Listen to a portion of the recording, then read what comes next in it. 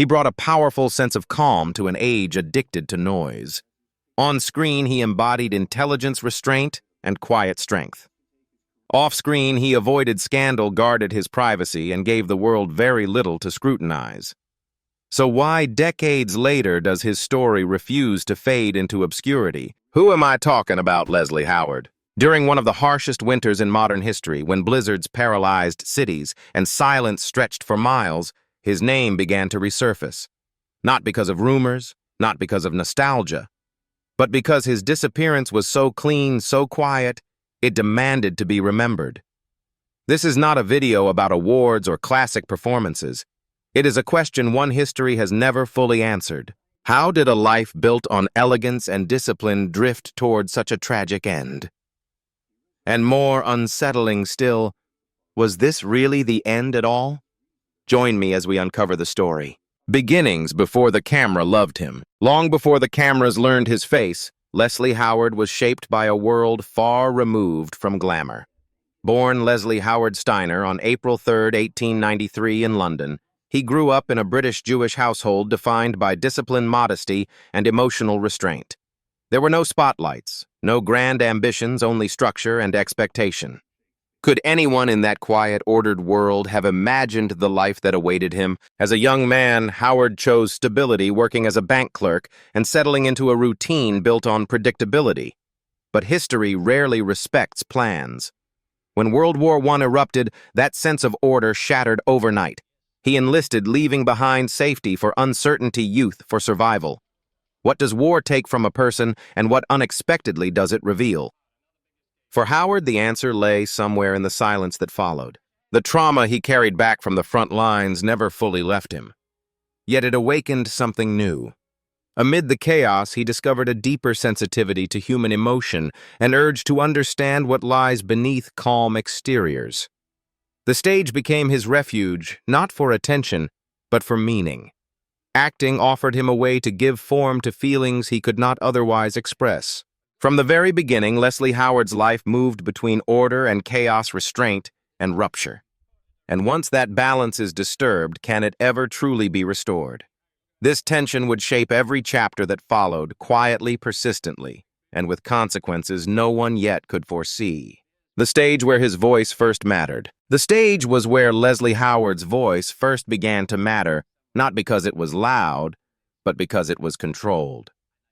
After the war, he adopted the name Leslie Howard, a deliberate shedding of his past, and in 1917 he stepped onto the stage for the first time.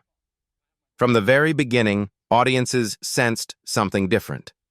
He did not rely on grand gestures or dramatic excess.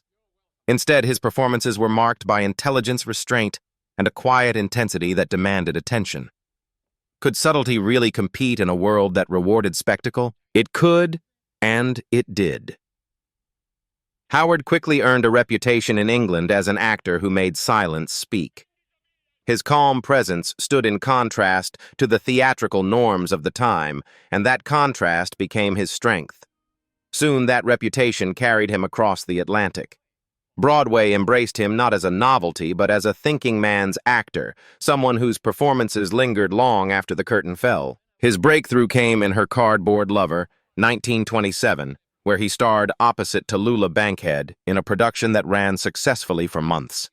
The pairing revealed Howard's rare ability to balance emotional distance with romantic tension.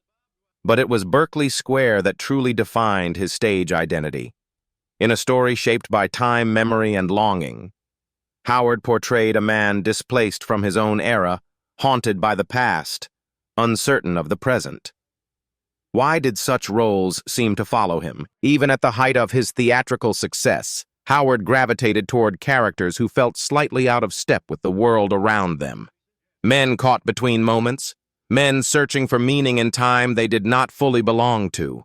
In retrospect, the pattern feels less like coincidence and more like quiet foreshadowing.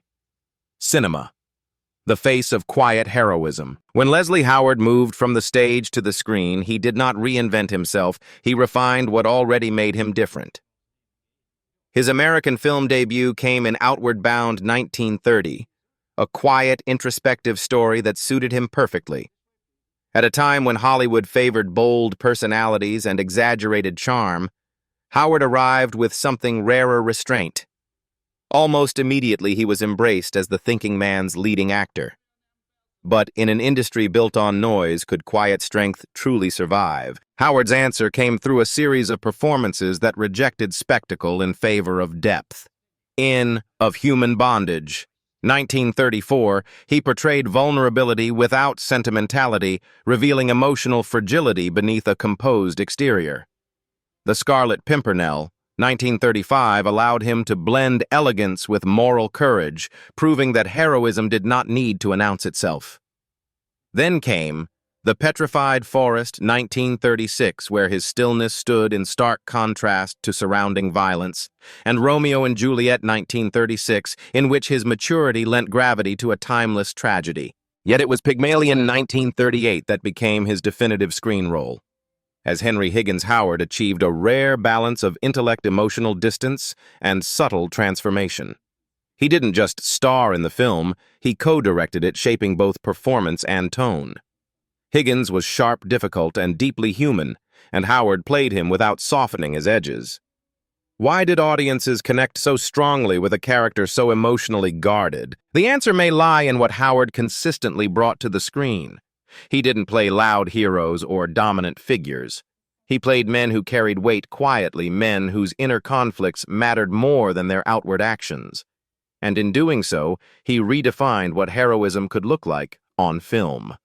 Gone with the Wind, Fame at a Crossroads. By the time Gone with the Wind reached screens in 1939, Leslie Howard had already secured his place in cinema.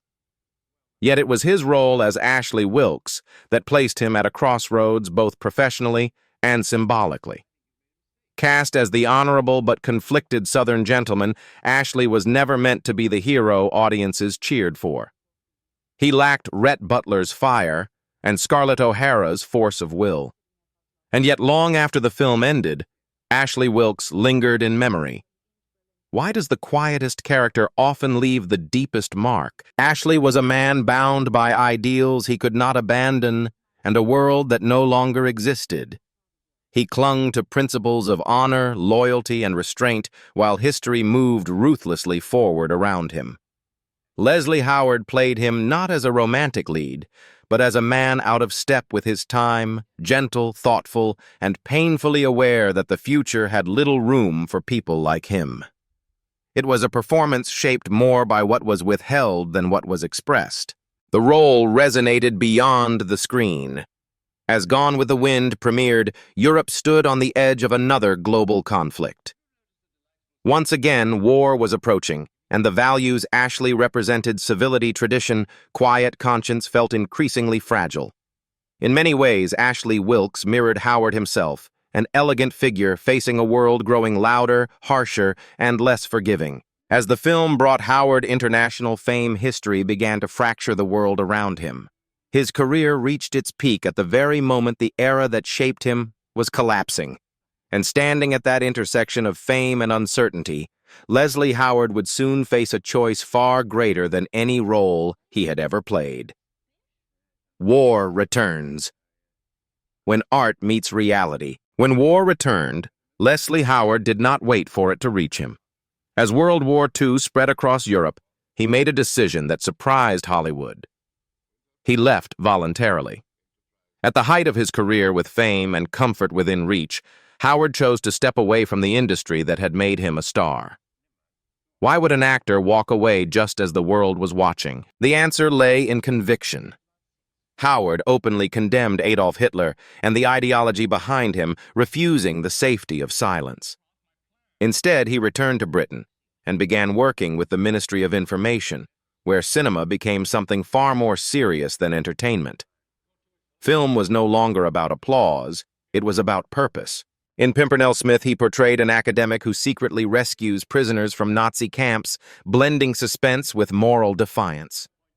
In Spitfire, he helped shape a narrative of resilience and national identity during Britain's darkest hours. These were not escapist roles. They were messages carefully crafted to inspire resistance and resolve. This marked a profound shift. Leslie Howard was no longer simply acting as a gentleman on screen. He was choosing to be one in real life, using his voice, his influence, and his art to confront history as it unfolded. And in doing so, he crossed a line that few actors ever do, from performance into consequence. The last act, a quiet ending. The last chapter of Leslie Howard's life did not arrive with warning or drama. It came quietly, almost invisibly, as if history itself were trying not to draw attention. On June 1st, 1943, Howard boarded a civilian flight from Lisbon to London. On the surface, it was an ordinary journey, but beneath that calm exterior lay a world at war, thick with suspicion, surveillance, and unspoken danger. Lisbon, though neutral, had become a crossroads of spies and secrets where every departure carried more weight than it appeared. Minutes into the flight, that fragile sense of normality was shattered. German fighter planes intercepted the aircraft over the Atlantic. Without warning, the civilian plane was attacked and sent crashing into the sea.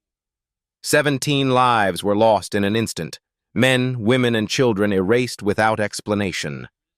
For a man whose career was built on restraint and understatement, even his death followed the same rule, swift, silent, and final. What followed was perhaps even more disturbing than the tragedy itself. There was no renewed investigation, no public demand for answers. Government files were sealed, locked away behind official silence. The loss of a famous actor during wartime should have sparked outrage, but instead it was met with controlled distance. Why was there so little noise? Why did the questions stop so quickly? Howard's family was quietly discouraged from pursuing the truth. Years later, his son would break that silence with a single line: "My father's death was not an accident." He offered no further explanation, as if even memory had limits it dared not cross. Leslie Howard did not meet a dramatic end befitting a star. He vanished into the sea, leaving behind a tragedy defined not only by loss, but by absence of answers of justice and of closure. Why his story still matters. Leslie Howard's story still matters because it refuses to be loud.